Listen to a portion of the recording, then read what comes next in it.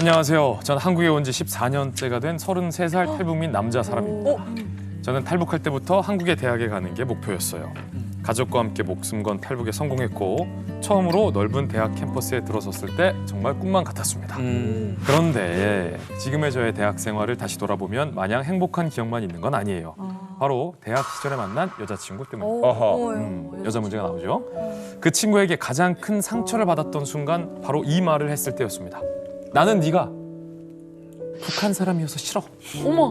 와, 세다. 이런 거. 그런 얘기를. 여자가 와. 처음 커플이 되었을 땐 제가 북한에서 왔다는 사실을 그 친구는 모르고 있었어요. 그런데 학교를 다니던 와중 제가 북한 출신이라는 게 자연스럽게 친구들 사이에 소문이 났죠. 저는 여자친구에게 나 사실 북한에서 왔어라고 말하진 못했지만 그 친구도 소문을 통해서 자연스럽게 알게 됐을 거라고 생각만 해왔어요. 그러던 어느 날 여자친구가 이런 얘기를 하더군요. 요즘 좀 외롭네. 요즘 좀 외롭네. 저와 사귀고 있는 와중에 제 옆에서 여자친구가 자꾸 외롭다고 이야기를 하니 저는 제가 좀 더 노력을 해야겠구나. 내 애정이 부족한 거구나. 이렇게 생각했습니다. 그런데 결국 터질 것이 터지고야 말았습니다. 그녀와 평범한 하루를 지내던 어느 날 저에게 나는 네가 북한 사람이어서 싫어. 북한 사람이어서 싫어. 라는 말로 비수를 꽂고 이별을 통보하더군요. 인성이 잘못됐는데? 그때 제가 느꼈던 감정은 화가 나는 것도 아니고 기분이 나쁜 것도 아니고 그냥 엄청난 충격을 받아서 아무런 반응을 할 수가 없었습니다. 그녀의 마지막 그 말은 지금까지도 트라우마로 제 가슴속에 남아있는데요. 어떻게 하면 이 트라우마를 극복할 수 있을까요? 세다 세.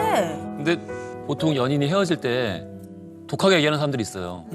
맞아. 여지를 주지 않으려고.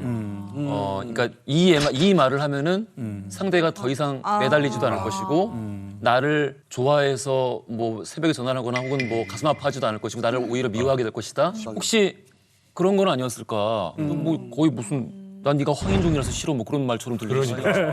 그러네. 그렇죠. 필요가 없는데. 예, 어떤 진위가 있는지 잘 모르겠는데 사실 알고 보면 이게 익명 사연이 아니라고 합니다. 진짜요? 자, 사연의 주인공을 스튜디오에 모시겠습니다.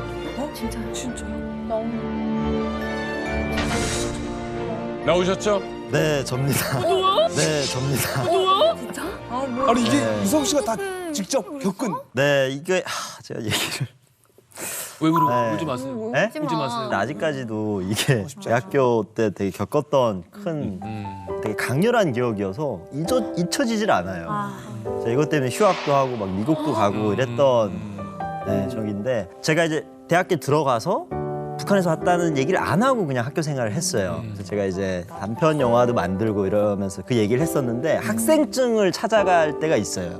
거기에 보면 제가 얘기를 안 했는데 옆에 보면은 북한 이탈 주민 전형이라고 이렇게 써져 있어요. 그러니까 정시, 수시 그렇게 다 써져 있습니다. 학부의 기록이. 네. 그럼 거기다가 사인을 하고 본인 거를 수령해 가는 거죠. 누구든 볼 수 있는 거예요. 누구든 남의 볼 수 있게 돼 있는 거죠.